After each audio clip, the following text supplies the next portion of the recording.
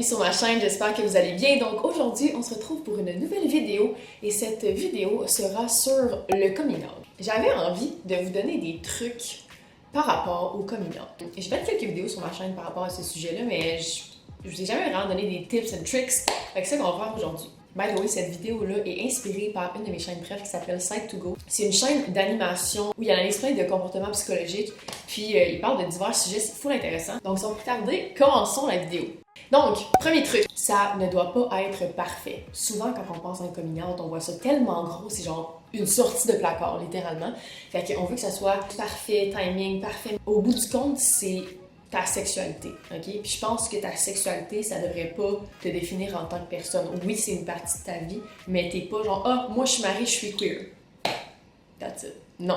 Moi, je suis mariée, j'ai des intérêts dans la vie. T'as pas besoin de le faire seul. Souvent, encore une fois, c'est tellement des stéréotypes et des clichés qu'on a dans notre tête qu'il faudrait faire le coming out à tes parents assis à la table à manger, toute seule. Si t'as envie d'apporter ton ou ta meilleure amie à tes côtés pour le dire à tes proches, tu peux totalement le faire. Au contraire, si t'as envie de le faire seul, tu dois t'écouter là-dedans. Si t'as déjà fait ton coming out à une personne chère autour de toi et que, par exemple, le dire à ta mère, ton père, ta grand-mère, tes collègues de travail, ça te stresse, eh bien, tu peux amener quelqu'un à tes côtés pour te supporter, pour t'épauler. Tu sais, des fois, avoir quelqu'un à côté de toi, ça fait juste calmer l'atmosphère, ça calme tes nerfs, donc ça peut être une bonne chose. Troisième truc, choisis le bon moment. C'est totalement normal de se sentir stressé, anxieux. Pour plusieurs, c'est quelque chose qu'il n'avait jamais dit à personne, justement, c'est un coming out, fait que c'est normal de se sentir stressant parce que c'est la nouveauté. Si c'est l'action de faire ton coming out, comme si c'était un grand événement qui te stresse,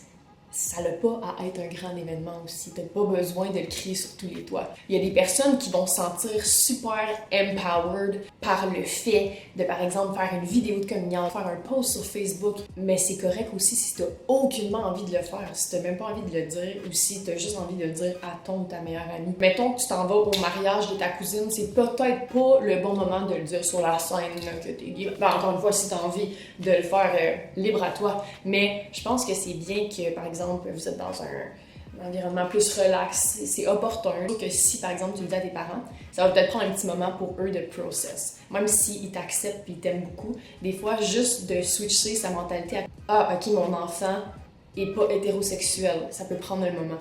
Fait que je pense que c'est important de juste choisir un bon moment. Quatrième point, ta sécurité avant tout.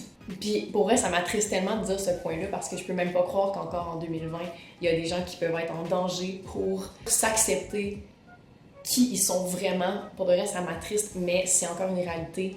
Puis même au Québec encore.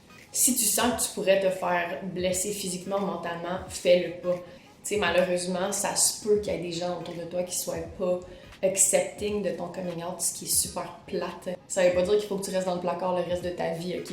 Tu sais, si être LGBTQ+, c'est pas sécuritaire pour toi où tu te trouves dans le monde ou avec les gens dans ta vie, ben il y a full de ressources en ligne. D'ailleurs, je vais mettre quelques liens dans la description pour aller chercher de l'aide, pour avoir des conseils plus approfondis. Alors, tu vas voir ça et sache que t'es pas toute seule. Moi, je suis là et je te supporte en pensée.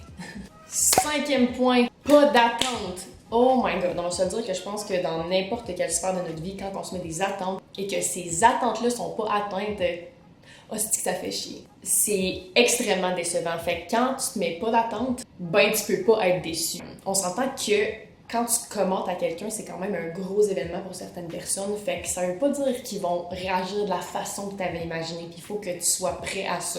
Ça se peut qu'il y ait des personnes qui soient complètement choquées, qui s'en doutaient pas pantoute, comme ça se peut qu'il y en a qui étaient comme « Ben oui, je le sais depuis que t'es né. » Dans tous les cas, il faut être prêt à toutes les éventualités. Le sixième point que j'ai envie de te dire, c'est que les connexions qui sont extrêmement fortes vont pas être brisées à cause de ta sexualité. Quand je parle de ça, je pense souvent à la famille, parce que souvent c'est plus difficile pour les familles que pour les amis. Il y a beaucoup de parents, des fois, qui imaginent un peu la vie parfaite pour leurs enfants. Tu sais, par exemple, si t'es une femme cisgenre, imagine que tu vas marier un homme cisgenre et que vous allez avoir des enfants de la façon naturelle. Puis là, finalement, si t'arrives puis t'es comme « Ah, ben moi, je me considère comme une femme lesbienne. » Tu sais, la seule façon que je vais avoir des enfants, ce sera pas de manière naturelle, tu sais. Fait que des fois, ça peut être un gros coup pour certaines personnes. Ça peut prendre du temps à digérer. Par contre, ça enlève pas ta valeur. Et si c'est des connexions qui sont extrêmement fortes, ça va rien changer à ce qu'ils pensent de toi. Je me rappelle, perso, quand j'avais fait mon coming out, j'étais tellement stressée de dire à mes parents, même si mes deux parents, c'est les deux personnes les plus ouvertes d'esprit ever, mais des fois, on se met de la pression nous-mêmes, tu sais. Puis quand je leur avais dit, ils l'avaient vraiment bien pris, obviously. Et je suis consciente que c'est vraiment pas le cas de tout le monde. Donc je me sens extrêmement chanceuse d'avoir des parents super ouverts d'esprit à mes côtés. Par contre, je me rappelle que j'avais eu une conversation avec mon père pas longtemps après. Puis lui, ce qu'il m'avait dit, c'est que en fait, il avait peur du regard des autres, il avait peur du jugement des autres. Il avait peur, en fait, que je me fasse taper dessus par rapport à mon orientation sexuelle. Lui, dans le fond, à quel point il s'en fout, puis il le dit à tout le monde. Il est vraiment ouvert, mais il avait tellement peur que les gens me critiquent, puis m'écœurent et m'intimident par rapport à ça. Fait que lui, c'était vraiment plus son cœur de peur qui avait peur à ce niveau-là. Mais il était comme, honnêtement, si toi, tu t'acceptes puis t'es bien là-dedans, je suis tellement heureux pour toi, mais je veux juste pas que tu te fasses de mal puis que les gens soient méchants autour de toi. Fait que ça, je trouvais ça super gentil de sa part. Tu sais, soyez ouverts avec eux, expliquez-leur que vous êtes encore la même personne, puis c'est pas parce que vous avez une préférence sexuelle que toute votre personnalité au complet change. Je pense qu'il faut juste leur expliquer comment vous vous sentez, puis ça va bien aller. 7e point, soyez ouverts aux questions. Oh boy! Ce point-là est probablement un des points les plus présents dans le coming out. Pour de vrai, à chaque fois qu'on fait un coming out, souvent à des gens qui sont pas dans la communauté LGBTQ+, les gens ont 1001 questions, puis c'est correct.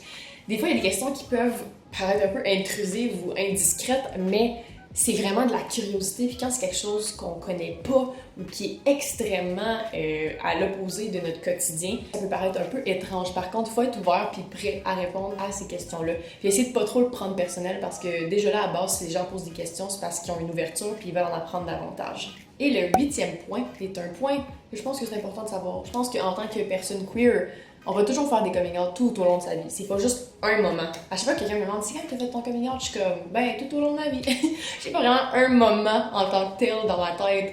Tu sais, oui, ok, les premières fois que j'ai dit, mais encore aujourd'hui, quand les gens me voient dans la rue à cause de mon apparence stéréotypiquement féminine, les gens pensent que je suis hétérosexuelle. Fait que à chaque fois que je rencontre des nouvelles personnes qui me connaissent pas, il faut que je leur mentionne dans le fond que je suis queer. Puis ça va être ma réalité pour vraiment longtemps. Hey yo, je suis hétérosexuelle! C'est très rare que tu vas entendre ça, mettons.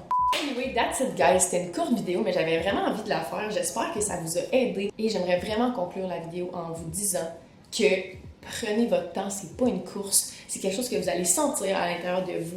Reste vrai, reste proche de tes valeurs, puis tout va bien aller. Si t'as aimé la vidéo, je t'invite à donner un thumbs up et à t'abonner à ma chaîne. Je fais des vidéos à tous les mardis 16h30, fait que si tu veux plus de contenu de ce genre-là, ben laisse-moi le savoir dans les commentaires également. Alors on se retrouve la semaine prochaine pour du nouveau contenu. Prenez soin de vous autres, la gang. Ciao! Puis ben bon coming out, ça va bien aller. You're gonna kick some ass.